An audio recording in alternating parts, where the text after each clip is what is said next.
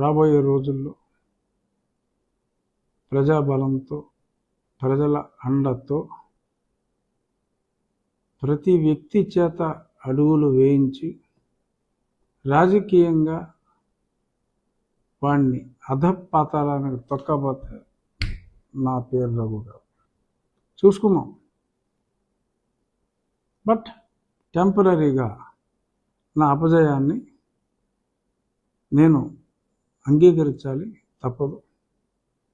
ఎంతోమంది ప్రజలు అడుగుతున్నారు కాబట్టి ఇంకో గంటలో 2 గంటల్లోనూ అఫీషియల్గానే అనౌన్స్ చేయొచ్చు. నాకు నర్సాపూర్ స్థానం జగన్మోహన్ రెడ్డి ఇన్ఫ్లుయెన్స్ వల్ల, ఎందుకంటే సోము వీర్రాజు గారు, వారి సాన్నిహిత్యం అందరికీ తెలిసిందే. వారి ద్వారా సక్సెస్ అయినట్టుగా నాకు పర్ఫెక్ట్ సోర్స్లో తెలిసింది.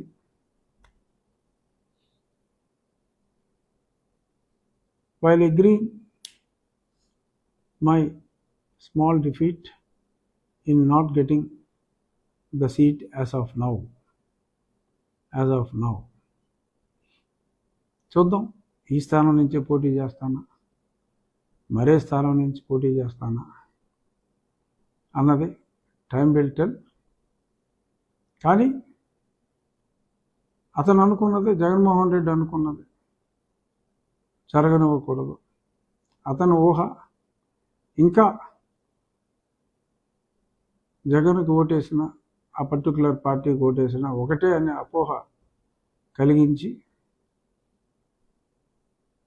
తను పాపం గడుపుకోవాలని, నన్ను అభిమానించే నా వాళ్ళందరినీ మరి కొన్ని పార్టీలకు దూరం చేయాలని అతను పన్నిన కుట్ర టెంపరీగా సక్సెస్ అయినట్టు కనపడినప్పటికీ అల్టిమేట్గా అందరూ రియలైజ్ అవుతారు జరిగిన మిస్టేక్ని. డెఫినెట్గా రాబోయే రోజుల్లో ఖచ్చితంగా కూటమి విజయం సాధిస్తుంది. జగన్మోహన్ రెడ్డి వేసే చీప్ ట్రిక్స్ పనిచేయవు.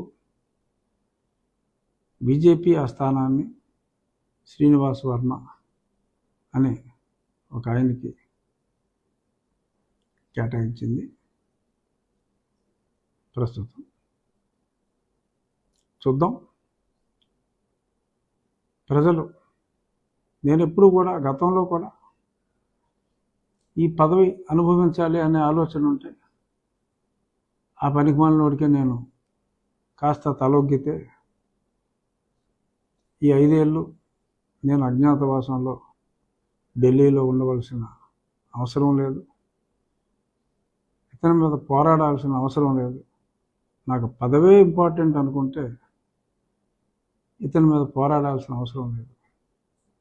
ఆ పనికిమాలిన పార్టీలో చేరి నేను కూడా అందులో ఒక భాగస్వామిగా ప్రజలకు అన్యాయం చేసిన ఆ కించిత్ ఆ గిల్టీ ఫీలింగ్తో అమరావతి రైతులకు కానీ ఇంకెన్నో విషయాల్లో అతను ఆడిన పచ్చి అబద్ధాలు నిజమని నమ్మి, ఆ బాబాయ్ హత్యలో కానీ, అతన్నే చంపాలనుకున్న కోడికత్తి విషయంలో కానీ, ఆ పచ్చి నిజాలన్నీ నాకు తెలిసిన తర్వాత, అతను ఆగడాలు చూసిన తర్వాత, అప్పట్లో అతను నెక్స్ట్ 10-15 ఏళ్ళు అతనే ఉంటాడు అని ప్రజలు, ఈవెన్ ప్రతిపక్షాలు కూడా భ్రమపడుతున్న సమయంలో